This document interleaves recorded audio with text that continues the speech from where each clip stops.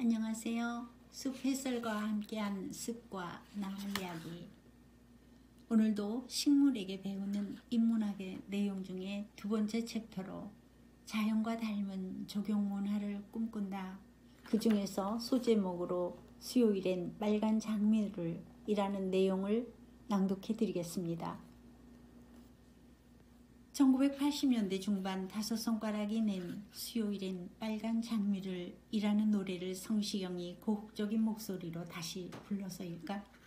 우리가 가장 좋아하는 꽃은 어느새 붉은 장미가 되었다.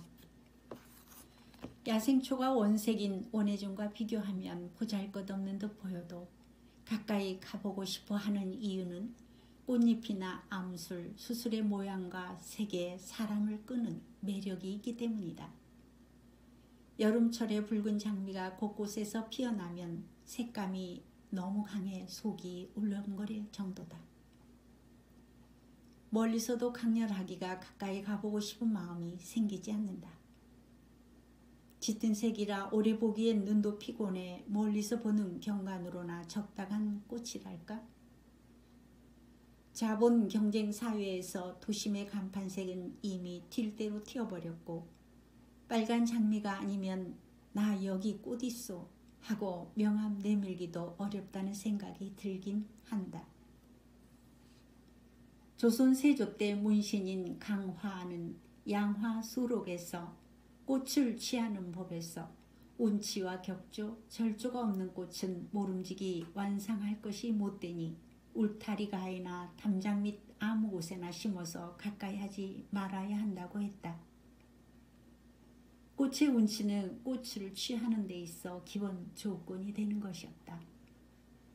조선 후기 이영조 때 유박이 지은 화암 수록에서는 화목의 품계를 9등급으로 나누고 1등에서 4등은 운치를 중심으로 생각했는데 매화, 국과, 연, 대나무, 소나무, 치자, 동백, 백꽃, 정향, 목련, 옥잠화 등 28종에서 벗, 우자를 붙였다. 우리가 많이 심는 붉은색은 고작해야 5등과 6등으로 두고 상지라 한다 하여 멀리 하고자 했다. 설총이 지은 하왕계에서도 임금을 그르치는 것은 붉은 장미였다. 조선 후기 이순의 하왕전에서 임금으로 하여금 정사를 게으르게 만드는 것은 해당화였다. 또한 조선 성종이 궁중의 정원, 화초, 과실 등의 관리를 맡아보던 관청인 장원서에서 바친 꽃을 요염하다 하여 물리친 것도 붉은색 영산홍이었으니 이처럼 겉이 화려해서 사람을 현혹시키는 것을 경계하라고 멀리하였다. 물론 유교사회가 가진 경직성이 다양한 꽃문화를 즐기는 데 방해가 되기도 했지만 현대인들보다 자연을 운치 있게 즐긴 선조들의 미적 해안마저 놓치면 안 된다고 본다. 꽃이 가장 상징성은 오랜 시간에 걸친 서로의 공감이 누적되어 만들어진 것이지 누가 하루아침에 만든 것은 아니기에 더더욱 그러하다. 붉은색은 흥분과 혁명, 열정, 성적 욕망과 연관되는 색이다. 서구 전통 시각에서는 남자가 붉은 장미를 바치고 여자가 그걸 받으면 사랑을 받아들여 몸을 허락한다는 뜻이기에 붉은 장미는 아무에게나 선물할 것이 아니었다. 이와 다르게 산수국을 떠올려보면 산수국의 상징은 맑고 고고합니다. 그 색상이 마음을 정갈하고 차분히 가라앉히는 오묘한 꽃이기에 수국은 돌을 닦는 선원에 반드시 심던 식물이었다.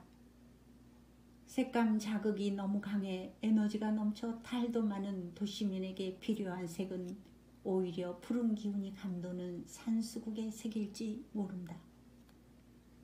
사는 지역에서 해마다 열리는 강변 봄꽃 축제는 한마디로 꽃 양귀비 축제다. 아편을 만드는 올료를 없애고 만든 꽃 양귀비는 꽃말이 위로, 위안, 몽상이다. 아편을 피우려는 사람들이 얻으려는 효과와 같은 상징을 품고 있다. 상징어는 그렇다 치더라도 혹 꽃 양귀비의 모양을 가까이서 살펴본 적이 있는가? 꽃잎은 넓어 해당화보다도 더 바람에 더블거리고 꽃잎 안쪽은 대부분 짙은 암갈색이다. 빳빳하지 않고 너블거리는 꽃잎을 가진 해당화를 전통적으로 매춘부에 비유했고 암수술이 가진 암갈색은 침체와 침울, 절망을 담고 있는 것으로 여겼다. 꽃이란 사람들이 자주 보며 사진에 담고 싶어 하고 또 많이 접할수록 친근감을 느끼게 된다. 그러다가 점차 씨앗을 받아가거나 집들 안에 심게 된다. 꽃양귀비는 벌써 강변 갈대 속에 퍼지고 있다. 가시박이나 환삼덩굴 등 외래식물을 없애려는 활동은 장려하면서 또 다른 외래식물을 퍼뜨리는 것은 이치에 맞지 않다. 조경을 한다는 것은 식물이 가진 좋은 영향력을 생활 주변에 끌어들여 시민의 만족과 삶의 질을 끌어올리는 데 그 목적이 있다. 아무 꽃이나 화려하다는 이유 때문에 단지 적은 예산으로 넓은 면적을 조성할 수 있다는 생각으로 접근해서는 안 된다. 강한 새는 양념처럼 빨가야만 돼야지 그걸 많이 쓰면 천박하게 보인다는 것을 알아야 한다. 조경에 대한 철학도 없고 가장 천한 꽃을 가장 효율적으로 행정이 주도해서 퍼뜨리고 있는 모습이 안타깝다.